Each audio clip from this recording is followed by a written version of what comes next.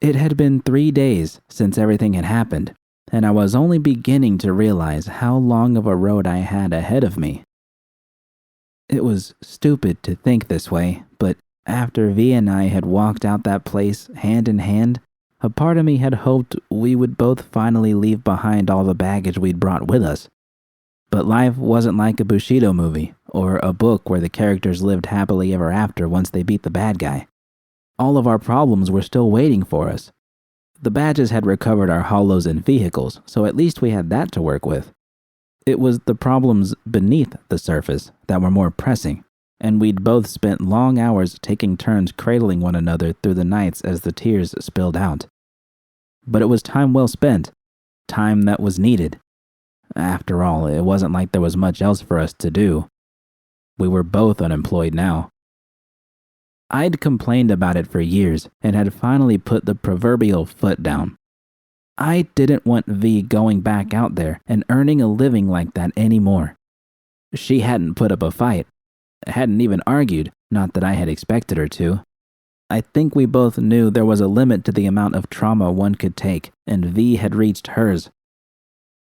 In fact, she'd probably passed it long ago, and we'd be dealing with the fallout from that for the rest of our lives. But she didn't have a monopoly on trauma. With all the medical wonders that could be performed, all the ways technology could augment and improve the body, there still wasn't a cure for one of the oldest crimes in the book: rape. Short of frying my synapses, I would be stuck with the memories of what they had done for the rest of my life, and the few resources available to me were ones I couldn't afford. We had 3 weeks left before the rent was due, and we'd both acknowledged there wasn't a chance in hell we were going to make it this time, not unless we took some drastic measures. Neither of us had broached the topic, though, choosing instead to lick our wounds. But the time was approaching when we'd need to start preparing for our future. It had been on my mind for most of the morning, and by early afternoon, as we were finishing up our lunch, I'd nearly reached the breaking point. As it turned out, V beat me to the punch. "What would you say to getting out of Night City?" The question caught me off guard, and I did a double take. Had I heard her correctly? Leave Night City? When I realized she was being serious, I put my chopsticks down and pushed away the bowl of ramen I'd been picking at. Christ, how long had I waited to hear that question? I'd wanted to run away from this overpopulated dump since I'd been a child. I should have been ecstatic. But I wasn't. "It's time, Judy," V added. I finished chewing the bite in my mouth. "How?" V raised an eyebrow. "Thinking about Eddie's?" "Kinda," I admitted. "But mostly I'm just surprised at not being more excited at the thought of it. Think if you'd asked me that a few months ago, I would have had you halfway out the door by now." "Nothing wrong with that," V offered. Why wasn't I excited anymore? This had been the endgame for so long, I couldn't remember a time when I hadn't wanted it. I wasn't scared, or at least I didn't think I was, but I couldn't figure out what was holding me back. "Tell me how we do this." V shrugged. "I think it's as easy as you used to tell me it would be.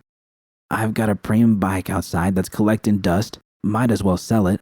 We can take the eddies and..." "V, I don't want you selling your bike. I thought you loved that fucking thing." "Yeah, I do," V lamented. "But not as much as I love you. And it's not like we can't make do without it." V suddenly stood and walked toward the window. She'd crossed her arms and was shaking her head, perhaps realizing how desperate she sounded. It was vaguely reminiscent of the time I'd confronted her over the beauties. She was almost pleading for understanding. With a long sigh, she turned back to me. "I don't like the thought of us still being here because of me." I started to speak, but V held a firm hand up. "I know you don't blame me, but let's call a spade a spade. We could have gotten out of here a long time ago if I hadn't wasted all those eddies. And if I hadn't done that..." Her voice trailed off, and I finally understood what was behind the urgency in her tone. There was still so much we needed to talk about. Our relationship, the traumas of our past, all the things we'd done to one another. But one thing we didn't need to discuss was what could have been. This wasn't your fault, V.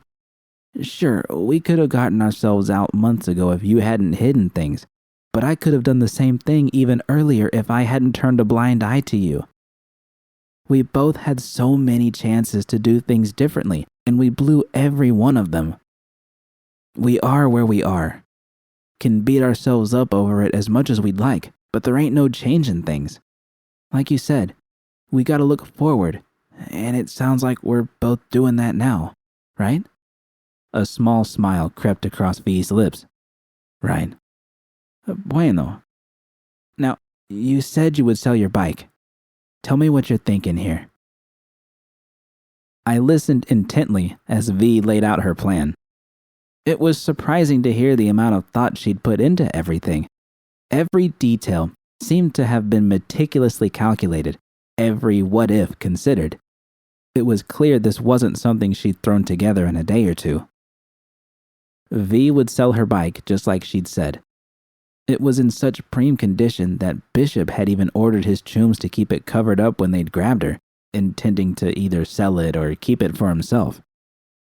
The bike wouldn't spend more than a day or two in the market before she'd find a new owner, and we'd find ourselves flush with eddies. But that was only half the puzzle. We needed jobs. Neither of our situations was enviable. No matter how much I tried to convince her otherwise, V remained adamant that she didn't know how to do anything not involving a pistol.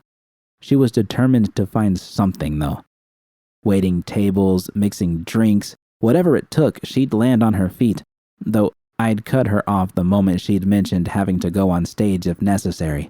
That was a firm red line, and I'd made that clear to her. I knew why she had suggested it, though. Guilt. It was understandable, and she wasn't alone in feeling that way.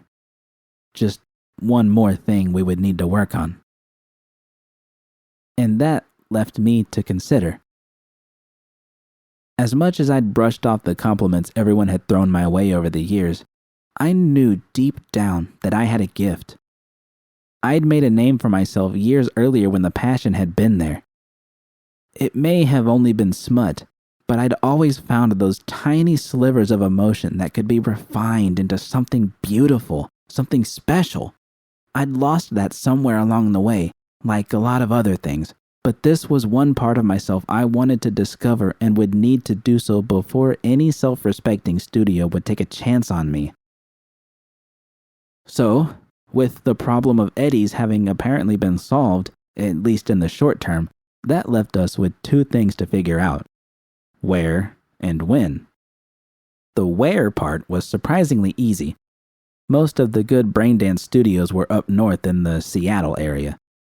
When the employment offers had been flying in left and right, I'd researched the city ad nauseum. While it wasn't a paradise by any stretch of the imagination, it was shocking to see Seattle well ahead of Night City in the percentage of citizens who described themselves as depressed. It also wasn't glazed over with empty promises. Gangs, crime, corporate, and political corruption as far as the eye could see. It was all there, but there was something real about it that was indescribably attractive. V didn't need any selling. She was just as eager to get out of Night City as I was, and didn't care where we landed. And that was what was still hanging me up. The afternoon flew by as we talked through everything until our throats had turned raw. So, what do you think? V finally asked. Think? It all sounds good. V was standing by the microwave, waiting for the bag of popcorn she'd tossed inside to start popping. She crossed her arms and leaned back against the counter with a probing look in her eyes. But, doesn't it seem strange to you that we figured all of this out in just a few hours? I mean, we've been talking about this for years and never got this far. Now it suddenly seems real, like it might actually happen. Does that bother you? No, I shook my head. But I think what's nagging at me is just how easy this was. Like, Are we leaving for the right reasons, V? I could tell from the way she looked at me that she was wondering the same thing I was. Getting out of the city had been a dream of ours for years, and we'd never made it come true. Now, after so much had collapsed upon us, we'd suddenly found the motivation to leave as if it had always been there. Were we really looking forward to the next phase of our lives? Or were we running away from them like we always had? That's a damn good question, V mused. I think I know what I want to say, but I'm going to let you go first. Thanks a bunch, I quipped, suddenly feeling nervous. I knew what I wanted to say, but I didn't know if it was really the truth or not. Plenty of times before, I had managed to convince myself of my own lies. If I actually said it, would I truly mean it? If all I was going to do was worry about it, it would be impossible to know. So I drew a deep breath and plunged in. I don't think we're running away, I declared. Shit. Feels good to say that. Better than I thought it would. What do you think? V smiled and pushed herself off the counter. When she pulled me close to her, I had the distinct impression of coming home. That pretty much sums up what I was gonna say. You're such a pussy, I teased, giving V a gentle nudge to the ribs. Well, if I'm a pussy, then...